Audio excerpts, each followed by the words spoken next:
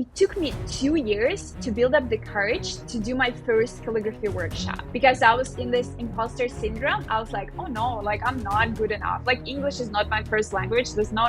Like I cannot like teach calligraphy. Like that's impossible. And then it took me 2 years until I was like, no, we're doing it. And then once I did a few of those workshops, I was like, maybe I can do like a podcast. Hey there, I'm Cody McGuffie.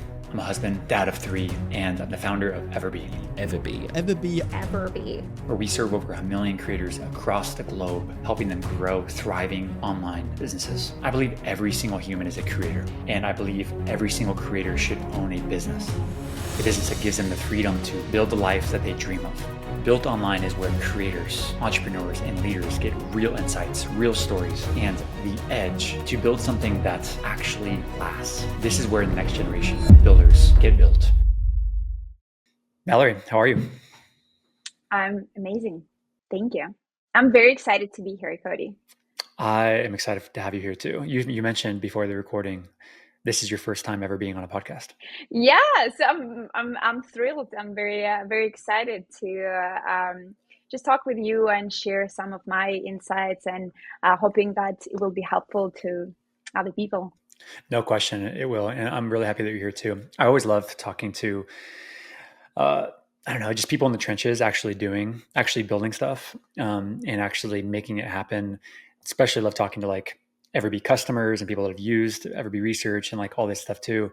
And then people that sell on Etsy, it's like they hold a special place in my heart because I don't know, typically it's like their first business that they're starting typically.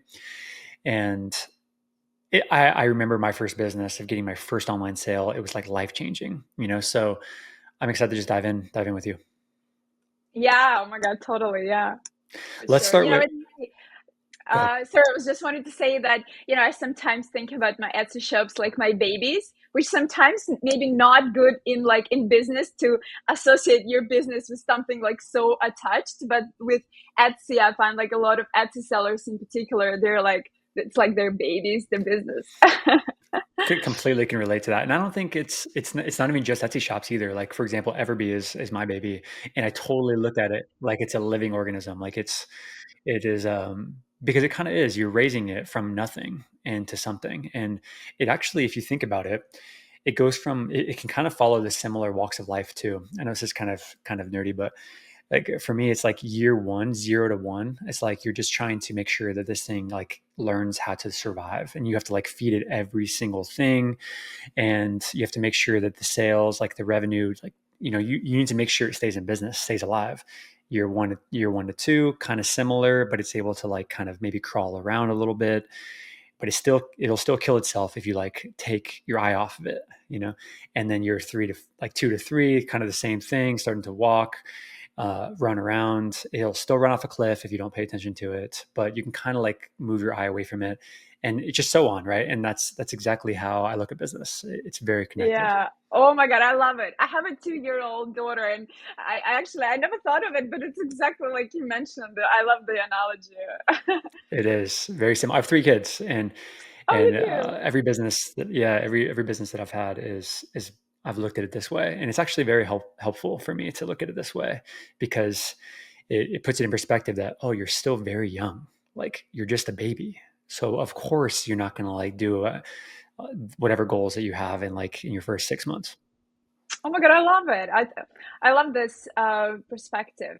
Yeah, that's awesome. I want to dive into your business right away. You have an incredible Etsy shop. You've been on Etsy for about 5 years, I think, right? Tell us like how many sales, tell us the stats first, like the numbers of what you did, and then we'll dive into the story after that. Like hit us with the facts. Yeah, sure. So I have 2 Etsy shops. One is the very first shop that I started, and this is genealogy templates that initially started as custom family trees. And this is more like almost like a passive income for me, which generates from 1,000 to 2,000 a month. And mostly this is just digital downloads. So you said $1,000 to $2,000 a month. And use digital download, so it's like 85% profit margins probably. Yeah, yeah, yeah. So, which is amazing. So, like I've Incredible. done the template and it just keeps, generating income. But when I was doing it, when I was paying attention, when I was paying more attention to this baby, it was making much more, up to like 10 grand when I was just focusing on custom family trees. But that was like more, obviously more time, that I was investing. Now, this baby is now on its own and it's just like playing there, which I, obviously, I keep my eye on, but this is not my priority right now, because it shifted to my second Etsy shop, which is my custom calligraphy shop, where I create different custom pieces for clients. I also have some of like digital downloads there, but majority of the pieces are actually like commissions. And so Cool. that I hit 20 grand last month. I was Wow. that was, like, it was just a pinch me moment. I was like, there's no way like he can like has a potential to reach those numbers. But yeah, so anywhere from like 5 to 10, like, but five is like a bare minimum that I meet every single month. So numbers like that. That's amazing. And to give me, because I actually don't really understand what calligraphy and like what all the aspects of this is. And you also said you have clients and you do custom work. Explain to me like what is the main offering typically that you would sell, and how much are they paying and all that stuff. And this is fascinating. This kind of tied to like my like calligraphy journey and this shop. It kind of, they all tied in together. And I'd love to share the story of how I initially opened my very first Etsy shop, and so I can kind of answer your question in that Sure. story if you'd like me Yeah, do to it. do. Okay, awesome. It's actually, it's fascinating to me because I get to like remember this one more time, because you get to forget things how you started. But initially, like the Etsy journey kind of started kind of by accident. So I am from Europe, and my family moved from Europe to the United States, my husband and I. And as an immigrant, I was, different language, different culture, everything's different. So I was meet by all this new world, new experience. And I was frankly lost at the time and I didn't know what to do. And so I thought that, what if I pick up a hobby or some passion project that can help me to, like stop thinking about my place in the world and things like that. And so we just got married at the time, and I thought that, I decided I want to create a family tree for my husband and I. And I was really into this project, and I was like, you know what? I want to handwrite the family tree. So I took a calligraphy course specifically for Wow. that project. It took me about like 3 weeks to complete. I like loved it. The more I wrote, the more I was into this art. I was like, wow, this is fun. And so once I created the family tree, I was like, let me just posted it in it's like a next door neighborhood local group. So I posted the photos. I was like, just, I did my family tree. You all, take a look. And so I had a few people reach out, and then one lady was like, do you mind if I post this photo in my Facebook group? And I was like, whatever, yeah, sure. And so the next day I wake up to like 15 messages of people to be like, oh, can you do my family tree? And I was like, what? But the answer was no, because like it took me 3 weeks, so even more, to create the piece, and it was like a long project. I was like, but hold on, there are some interest in the like family tree all of a sudden. I was like, I didn't know that. And I don't remember how I landed on Etsy, like how I find out about Etsy. But I decided to open an Etsy shop, and I had to, figure out a way to optimize it so I can offer it to clients. So I decided to digitalize my like initial design, had to like learn Adobe Illustrator, Adobe Photoshop to create mock-ups and things like that. So I ended up opening this Etsy shop and offering those custom family trees, and that kind of evolved, and I even did like a few family trees for celebrities, which was like wow. And then we moved to Canada, and I thought, but like hold on, like I still have this calligraphy skill that I did for this family tree. What if I open a second Etsy shop and I'll just do a few place cards once in a while with like, where else can I use my calligraphy skills, right? So I was kind of where you are. I was like, what can I do with it, right? So I listed a few of my practice samples, place cards. It's like, that's it. And then I had some people reaching out, and there was this guy who was, can you do our wedding vows? Can you just like handwrite our wedding vows in calligraphy? I was like, yes. And he was like, can you actually add an illustration at the very top for like the carriage and a horse from our wedding? And I was like, sure. And then I was basically saying yes to all of this requests, and this is how I basically discovered that calligraphy can be used in just so many different things, starting with like wedding invitations, wedding vows. First wedding anniversary is paper anniversary, which kind of fits in beautifully. And custom poems, certificates, handwritten letters are just a bestseller in my shop now. I guess people are maybe tired of like digital communication, and they now appreciate handwritten letters. So answering your question, finally, so answering your question is that was definitely a period of discovery, but that was only because I was saying yes to all the inquiries that people were sending, and that's how I find out my niche, honestly. Amazing. Congratulations. Like it is the total entrepreneurial like storybook story that you basically just wrote, right? Um, and yeah, thank you for sharing that. Congratulations. None of that is easy. I know that we just kind of like gave a snippet of just all the success that, one thing led to another, and it was very, very clear and logical and everything.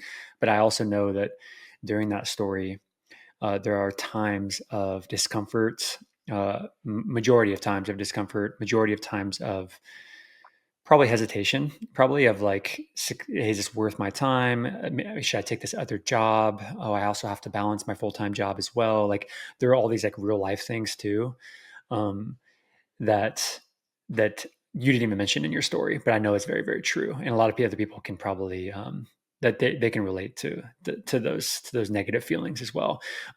Is there a time where you just maybe thought about giving up on this thing, or maybe you even thought about like not even starting it? Because I know that you kind of like one thing led to another, but what about those times that it just didn't really seem clear to you, didn't seem obvious? Yeah, for sure. So I remember that feeling when um, I had this genealogy family tree shop up and running, and I was doing like pretty good. Like I was saying before, like around Christmas time, that was up to like 8 and 10 grand per month, and I was doing like really good. But then remember how my sales almost dropped, and I was like, what is going on? And then I realized that there were more shops who were offering similar designs. Some people are, copying your design and lowering the prices. I remember I was like so frustrated that somebody were like selling the design for like $1, or like just ridiculously low price, and you're like, how am I supposed to compete? Like I don't even want to compete. It doesn't make sense. So I remember that feeling. And so I guess I think it was like around that time when I pivoted to calligraphy, or maybe I just started to pay more attention to this second shop. And I think, it works this way, like the more attention we pay to, something, the more this, thing grows, right? So, um, Where yeah, attention like the, goes, energy yeah, flows. exactly. Yeah, I love this phrase. Yeah. So, I was definitely very frustrated at people, copying or stealing the designs. Um, so Yeah. with custom calligraphy and like where I position myself now, again, like that was just purely the discovery and saying yes to clients' requests. But like because I now focus more on a custom commissions, I can price any of my projects honestly the way I want, because like there is almost like no one else. I have number one shop who specialize on that thing, and almost like nobody can do the same, which is I love this spot, to be honest. Like I love this place where the competition for me is like I don't really care about it. Yeah, I get that, and it's a powerful place to be in. What it sounds like to me is, which is very common and a very similar, very similar thing to me, and mostly everybody listening to this, is like you first have to just get into the game, which is I think your first business was like got you into the game. Fairly easy to replicate, sounds like, um, but it got you in the game. It got you hooked, kind of on this like potential of this online business thing. And then what happened was, sure enough, the moat, they call it a moat, a business moat. It's like a moat around a castle.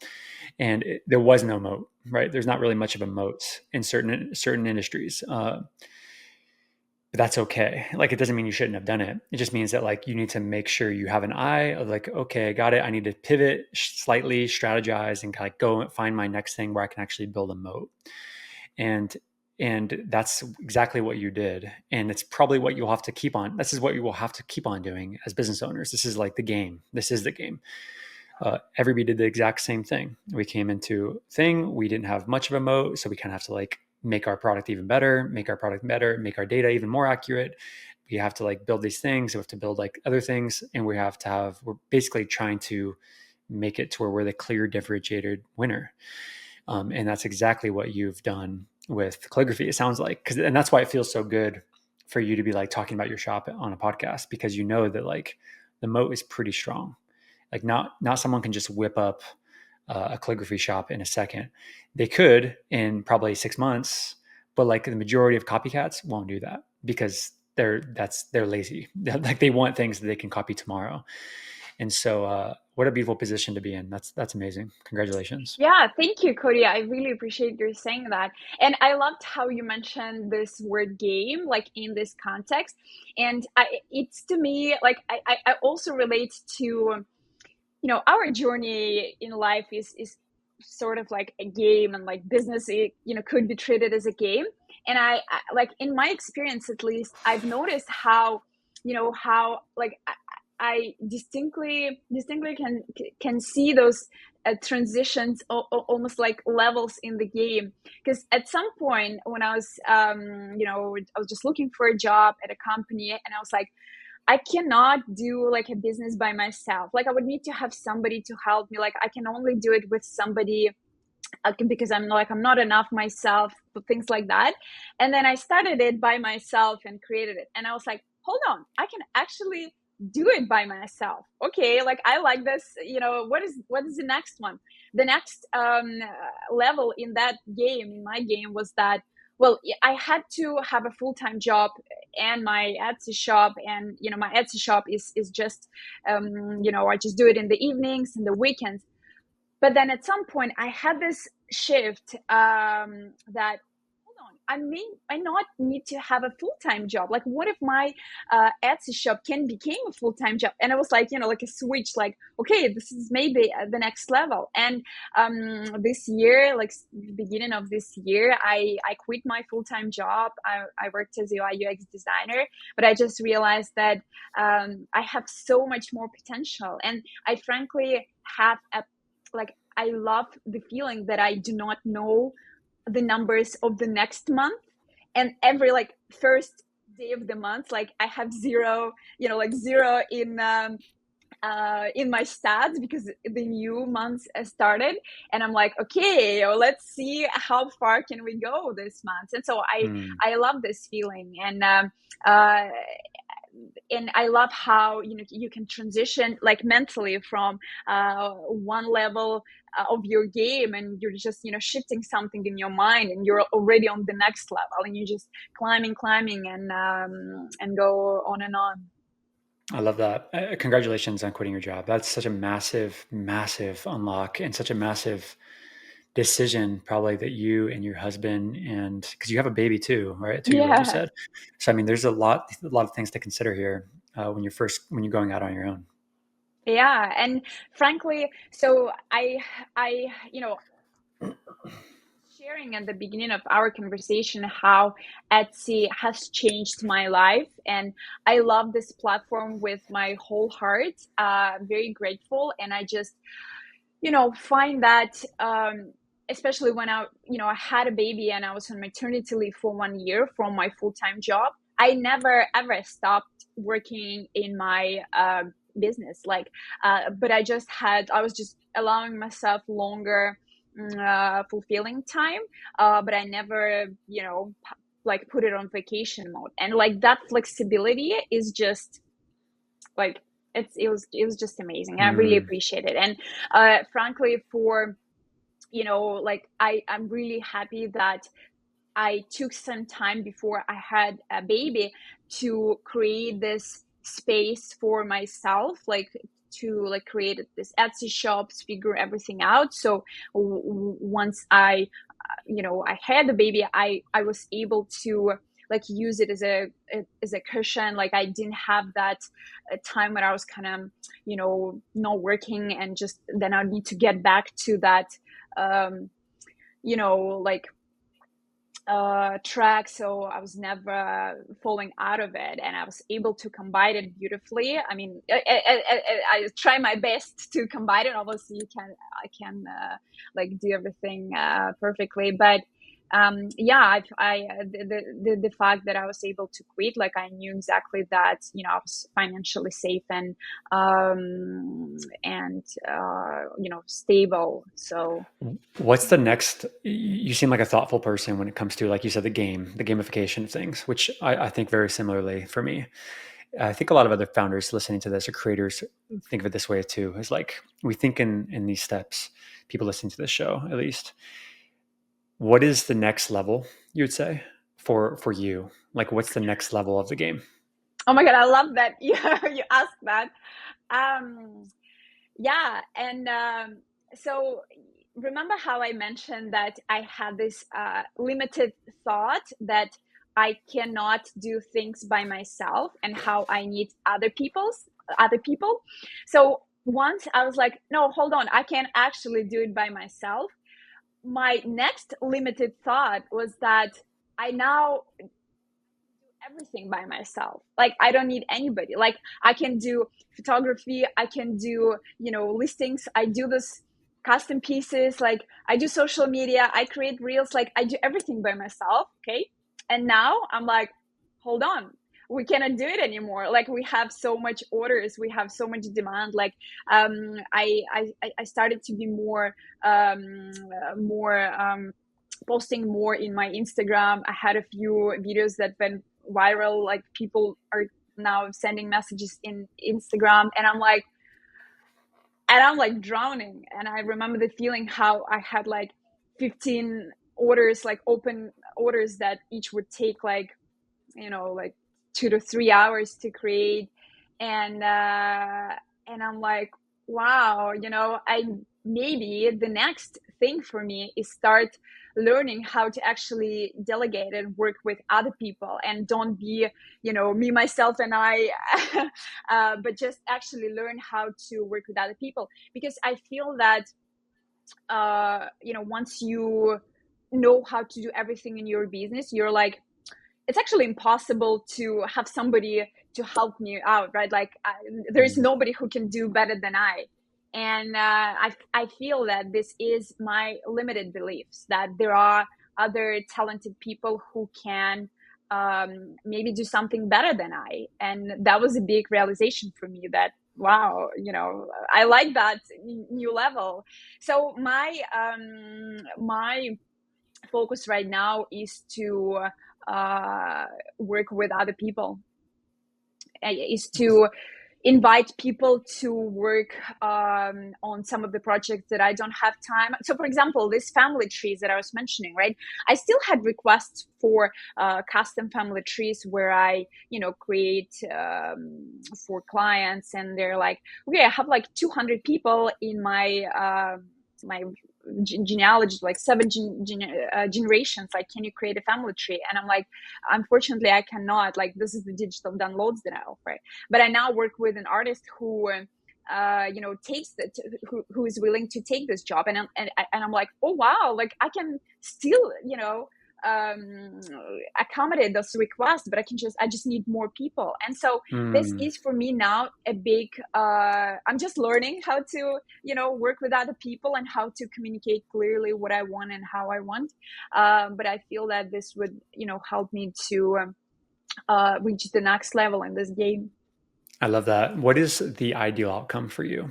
Not that it has to be like the finish line completely, because there's no such thing, but is it financial? Like, for a common answer would be like, it's financial freedom. And then like we define financial freedom, or maybe it's like freedom of like my time and location freedom. Like, what is it for you? What's the main goal that you're just like, that's what I'm trying to really get to? Yeah, I love this question, and it's just to me that those questions, they seem so like complicated to think. Like, you really need to like think, hold on, like what I'm trying to achieve here, and you just want to be Yeah. busy with like busy work and like not think of something so complex. But like, it is just so important to have this in mind, right? So like for me, in terms of like a lifetime goal, I'll go very broad. Is that like I really admire how people create brands or something that lives beyond like past them, like beyond their lifetime. Mhm. Like brands like Coca-Cola or something, like iconic designs.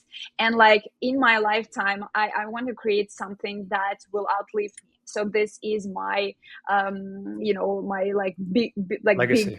legacy, like big goal. This is what I want to Do you think achieve. this is the vehicle? Do you think calligraphy could be the vehicle for you? It will definitely help. Like how Steve Jobs, he was taking calligraphy classes, and that helped him to come up with this design, like iconic designs and packaging and overall very minimalistics. And I think it definitely contributes. um but I'm sure it will evolve. Like, I don't have a like immediate like vision of what it might be. I just know that this is the goal that gives me the most amount of like chills, and I'm like, this is just so exciting because your life has so much more meaning if you think beyond your lifespan, right? um but like more in a long term, I want to be focusing on like interesting projects. And to me, it's just an excitement because I do not know tomorrow what will client will reach out to. And um and just there's just so many interesting ideas that people come up in their head, and I'm just I'm able to help them create this Mm. vision. And so that's not even my ideas, but I'm just kind of part of them. So So for you're gonna example, continue to scale. You want to grow the calligraphy type of business though, and you really in ideal in the next 5 years, next 3 years, or is that not really? You're gonna move on to another project. You feel like? I'm actually like right now that I love this question. I think I'm in the moment of like deciding what I want to do next, because if I want to work more with other people, I had to maybe like step up a bit from like custom commissions that I do, even though like I want to still like practice calligraphy. That's to me like I love doing it. But I'd love, like, I want to feel that, I want to know that I still have something to offer, and that my like potential is still yet to be like unfold, and like Yeah. what can be around the corner on the next like turn. I'm very excited to see. So I'll definitely continue like. Sure. Let's talk about that if you don't mind. Like, let's talk about it as if no one's listening to this, because I love having these conversations. because I've been in your shoes in this stage. I mean, in my businesses in the past too, and there's things that I've learned that I did right, and there's also things that I did wrong. And I'm curious to like kind of turn this into like almost like a business, thinking about your future and thinking about the business. If you want to do that, we can kind of like bounce Of ideas off. course. Yes. Yeah. So I think the way that I would be thinking about your business right now is, first of all, you have a winner. Because the whole point of starting a business to begin with is like you're experimenting with a bunch of different things, experimenting, kind of have success, a little bit of success, a little bit of success, failure. And eventually you find one. That's the goal. You find one winner. And then you have the winner. Then our job is to ride the winner. You ride it. And what most people do, they make a mistake of, is they find the winner, and then but they've built a habit of moving on to the next, looking for the next winner when they have the winner already in front of them and they're riding on the horse. The horse is amazing. It's an amazing horse. It's strong, it's powerful, it has a lot of endurance, but they jump off the horse on purpose and they go to try to find another good horse. And they do this constantly because they actually don't realize the horse that they're on is actually a fucking winner. And so I find this happens a lot. It's not a terrible problem if you enjoy jumping on new horses, but you, I've regretted jumping off the horses before. And I look back on it, I'm like, I could have rode that one out. I could have made sure that that thing was gonna like keep on going for a lot longer than what it did, so it can get me to the next bigger level. And this is how people kind of get stuck in like level 1 through 3, is they keep on playing in 1 through 3. But if they just rode that big winner to level 4 and level 5, and then they can get off the horse and they can go for the level 10. I hope I didn't get too like theory and big idea thinking, but what are your thoughts on that? Like, do you identify with any of that? Oh my God, that's you spotted it. That's exactly it. I love how I love your analogy with horses and this. It's almost like a habit, and I definitely see this in like myself of how I'm passionate about creating new products, like new listings. Like if I see something that I like, I'm like, okay, what if I can do a better version? What if I can do this and that? And I love, like, I have this habit of creating new products. Now, I don't have time to create, and okay, and I need to mention that all those orders that are like custom, that are custom made. Like I specifically, for some reasons, I'm passionate about that. But that what happens is exactly what you mentioned, uh, and I'm like, why can't you just stop and just like focus on Yeah. this one thing? Why do you need to always think of the next? So for example, I'll give you an example. So I mentioned how I started to pay more attention to my Instagram and how a few of my reels went viral. So I had like I made two like similar reels. Then one had like 3.5 million views, another had like over 1 million views, and then I had like almost 10 million views on another reel. And I'm like, what if I just stop doing what I do now and like focus on something that gets so much like attention? Isn't it tries to tell me something? And I guess like the more you do, the more you're kind of pulled up in different directions. And like, at least for me, it's really hard to focus on something like one, because when I focus on this one horse, even though I'm like, okay, the horse isn't bad, it's doing well, like but I kind of feel that, am I stagnating on this horse? Like, do I like bet all the eggs in one basket with this horse? You know what I mean? Like those are Hmm. the thoughts that start creeping in, and I'm like, is it? Yeah, I'm with you. Okay. So, so the horse to me in your sense, and again, I don't know much about your business, like other than like this 30 minutes. So you could take all my thoughts and throw it out the window. That's okay too. Um, but for me, the horse is your business. You have $20,000 in revenue you just hit. As long as like a couple things are true, is hey, your market is big enough. It's like it's not shrinking, right? It's not like newspapers where like less and less people are buying them. Like, are people staying, or is it growing market? If that's true, cool. Do you have like a defendable moat? Do you have some sort of like, hey, it's really hard to do what I do? If that's true, then and you also have penetration, you have $20,000 in revenue, like, oh, I have something here. It would be kind of silly for you to jump off right now. It'd be silly to like change directions and start from zero again, because founders and creators, we have this like innate ability to create and create and create and create, and that's amazing. But it's also it's a double edged sword. It can cut us and it can hurt us because we think that we just like everything we create is like fucking awesome, but the reality is we think it's awesome, but the market doesn't always appreciate it with money. And so if the goal is to grow a business, like a business is kind of like just rock solid. It's growing. It prints money, and also you're delivering something valuable. Then you kind of want to like keep riding that thing that you're doing and just polishing everything around it. And so, first of all, recognizing it and being aware that you love to create, and this is a great thing, but also can work against you. I would take that talent, take this talent that you have, which is this. You're an artist. Then I would apply it to the business itself. So instead of getting obsessed with the products, you're actually obsessed with like, this is now my art. This business is now my art.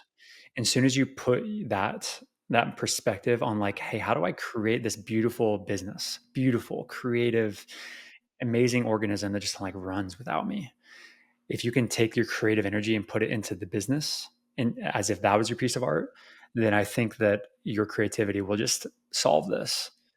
Um, yeah. So those are my thoughts at this moment, at least.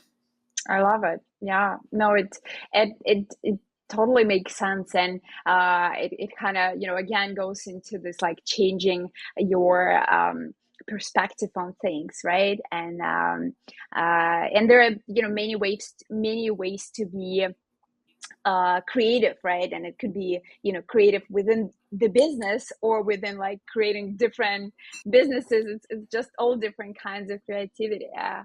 Um, Almost always is starting another business not the right idea. Almost always. It's usually the wrong idea.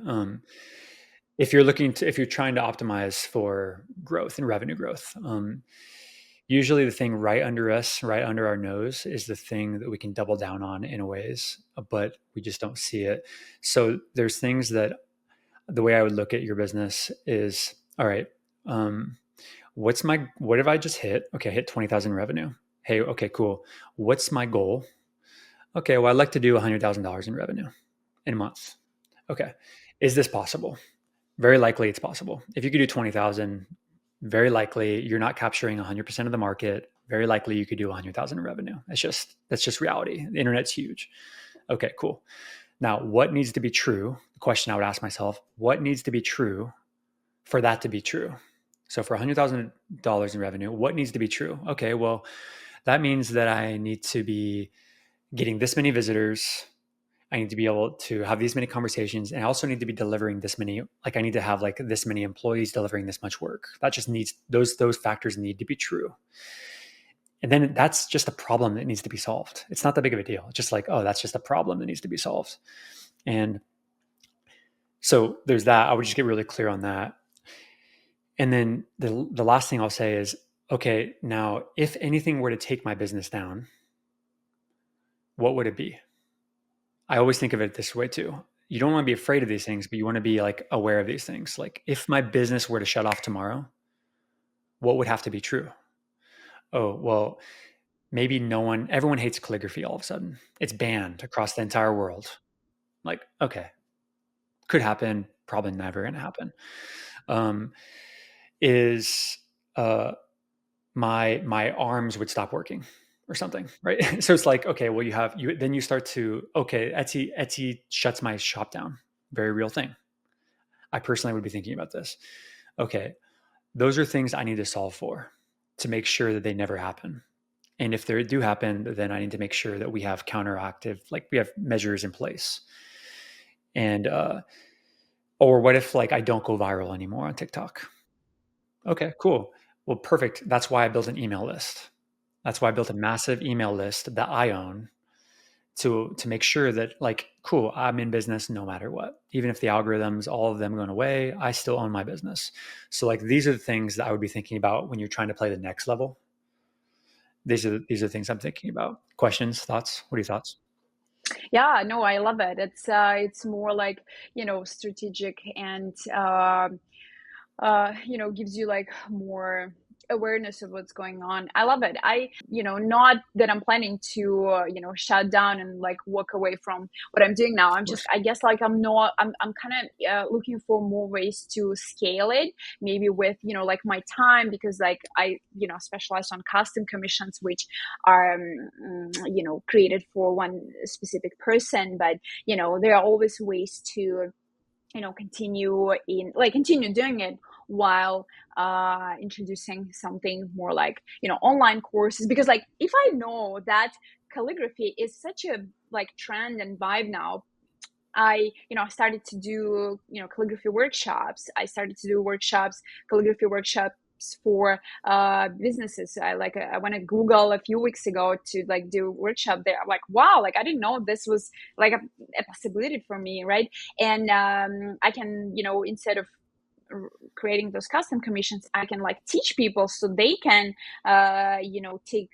a share of this market. So I'm kind of thinking Hmm. Yep. in that direction, especially like or another path is that like I consider myself a really specialist at Etsy optimization. Like I know how to optimize my listing to like perfection, and I'm like, okay, like a lot of people would want to do this, because before I focused on like optimizations of every like listing that I have, I was just like Yeah. having the same titles and just hoping for Yep. something, I don't know what. But once I was focusing on turning every custom request into the title and adding a photo of every single listing, and I'm relisting every of the items, I took like dramatic like the sales skyrocketed, the amount of visitors skyrocketed, and I'm like, okay, like maybe other people also do not know what I didn't know before. For So sure. things like that. I think like I'm sure that the next thing for me is just keep doing what I'm doing. Like I'm definitely sticking to my horse. I love my horse, but I'm just gonna be like introducing maybe something new as a pet project. Like as a passion project. Because Hmm. all my I see. businesses started with a passion project, and in fact, I recommend for people who they're like, I don't know what to do. There's so many things in the internet. Like people are successful in so many Hmm. different fields. Yeah, that's fine. But you just try to find a passion project, just something. I like, I was able to build a business out of like a family tree. Yeah, absolutely Like true. just find a passion project and just be passionate, like share it with the world. That's another key thing. Like you need to share it with the world, because you never know, somebody will be interested in it. And this would work for me more than one time. And I feel that once you pursue your passion project, this is where you'll start seeing the stars aligned, and there's so many avenues that will be available, so many levels in this game that you'll be like blown away. I agree with this. Yeah, and typically things like lead to the next thing, right? Which is always true, especially for your case. Whereas like calligraphy is leading to family trees led to calligraphy. Calligraphy is leading to potentially teaching others how to do calligraphy or to sell on Etsy or to do other things. And it's such a beautiful sequence. I've seen it play out many times in different ways because it's very natural. It's a very natural sequence, and typically it's awesome to teach people what you know and to help them actually build a business also. It's really fun to do. But you know what, Cody, what you mentioned, like it took me 2 years to build up the courage to do my first calligraphy workshop, because I was in this imposter syndrome. I was like, oh Yeah. no, like I'm not good enough. Like English is not my first language. There's no. Like I cannot like teach calligraphy. Like yeah, that's impossible. And then it took me 2 years until I was like, actually, I was like, no, we're doing it. And then once I did a few of those workshops, I was like, maybe I can do like a podcast, and it's just like one thing, really, like you mentioned, it leads to another, and it gives you confidence and like this experience to rely on. And I'm just wrapping up my very first podcast as a guest. Like I'm super thrilled, and I'm like, okay, maybe another door will open up. So It will. That's how it works. It always does. Yeah. One thing that we talk about today will lead you to another other potentials in the future. Absolutely. Or maybe someone will reach out to you, or I'm sure they will reach out to you if, as inspired and being inspired by your story. And that's just how it works. This is the beautiful thing about what we do. it's beautiful, and this is the game of life, and I enjoy it. I think it's the most inspiring and amazing thing. When did you hear about? Just curious. When did you hear about our podcast? And then at what point did you also always know about EverBee when you first started, or like when did you kind of discover EverBee? I think I was at some point in my like Etsy journey where I was discovering different tools that are able to help with this, long tail keywords, and like different tools that exist. And remember, I was like really going down into trying everything and just see what works best, because I feel like those tools, they do make a difference, because you're not just by yourself trying to come up with the idea. No, you're just using what other people know. And this again ties up to not only be focusing that on what you can produce, but just like using other people's talent and skills, and just working on your goal. So yeah, that's I feel that those tools, they're definitely game changing. Yeah, no question. That's the cool thing about it. It's like they're tools, right? When at the end of the day, like you're the creator. That's the heart of the business, and you're gonna have different tools for different situations, right? You're gonna have a hammer, you're gonna have a screwdriver, you're gonna have a drill, like all these things, depending on what you're trying to achieve. If you're trying to optimize your listings, you could use data mixed with like your own intuition. If you're trying to find a product to sell online, you're gonna want to use a tool like product research tool to find the if you need inspiration, you can look at data and like understand, okay, these templates are selling $20,000 a month. Like, okay, maybe I can do that because I also understand ADHD because my kid has ADHD. So I can make an ADHD template also. And like, you can really kind of use these things as inspiration tools to get Yeah. started, but also like grow. I think it's really important. For sure, for sure. And it's also like we were talking multiple times about the perspective shift. And you can treat your, let's say, Etsy, like, yeah, I sell on Etsy. You can treat it as in like a hobby, right? Like I just have a hobby, my small Etsy shop. I no longer say that I have a small like Etsy shop, because like now I decided to treat it as a business. Like one day, instead of saying it's just my small hobby, I'm just writing a little bit Mm. calligraphy. No, this is my business. Like I'm a business owner, and this is just a shift of my Yeah. perspective. And as a business owner, yeah, I do need to use the tools to help grow my business. And I love that. I love that. I yeah. don't think we've ever talked about that on the podcast, actually. It's like that, those words really matter. It kind of hurts my spirit a little bit I'm like, what do you do? And there's like, oh, I have a little, quote unquote, I have a little Etsy shop. And I'm like, don't say that. It's not little. Like, don't say that. Just, you have an e-commerce business. You have an online business. That's what you Yeah. have. And who decides like little until like how many sales do you need to do? Like I think my Etsy is like now over 200,000 for like the for the last like 2 or 3 years. And like who determines the little or not little, right? Like the amount of Yeah. employees, the amount of revenue, the amount of orders, like who determines that? Like no one. Like Yeah. you can say, Even if it's zero, don't you can change the words. And I want to encourage anyone to think it's, I know this doesn't sound like it matters, but it does matter. It does matter because you're telling the universe that you're little, and you're telling you, and you're shrinking yourself down because you're afraid of someone judging you. And the reality is, yeah, exactly. And the reality is you have to, you have, instead of saying just my little Etsy shop or just my little, I'm playing with this like little Etsy or this online business, just like, no, I'm building an online business. I'm building an online business. That can equal zero sales. Who cares? It could equal 10 sales, 10, 20 sales, it doesn't matter. But the point is like, I'm building an online business. I'm building an e-commerce business. I'm building a online calligraphy business. Uh, And that I would encourage anyone to stop using those words. You're not little. Stop using those words. Don't let anybody share that with you. I love it. Oh my God, Cody. I love how you mentioned that it's not that I'm like telling you that's like a little something, but you're exactly telling the universe. And like, you don't want to mess with the universe by saying those words. So I love it. I love this perspective. So little words matter. But Valery, this has been incredible. Where can people find you, learn more about you, learn more from you, maybe about calligraphy, take a workshop? Like, where can people follow you? Yeah, I have a website, social media, and my Etsy shop. I'm happy to share those and happy to answer questions. And it was an absolute pleasure. Thank you, Cody, for having me on this amazing podcast. I really enjoyed the conversation. I had so many insights. I'm gonna write it all down, but thank you so much for sharing your perspective. I appreciate it. Absolutely. No, absolutely. And for anyone listening to this or watching this, we will share Valery's links, all of her social links and all those things that she talked about in the show notes in the description below. But yeah, it's been a pleasure, Valery. Thank you for coming on, and also well done on your first podcast. So Oh, thank you. thanks for sharing your first one with us.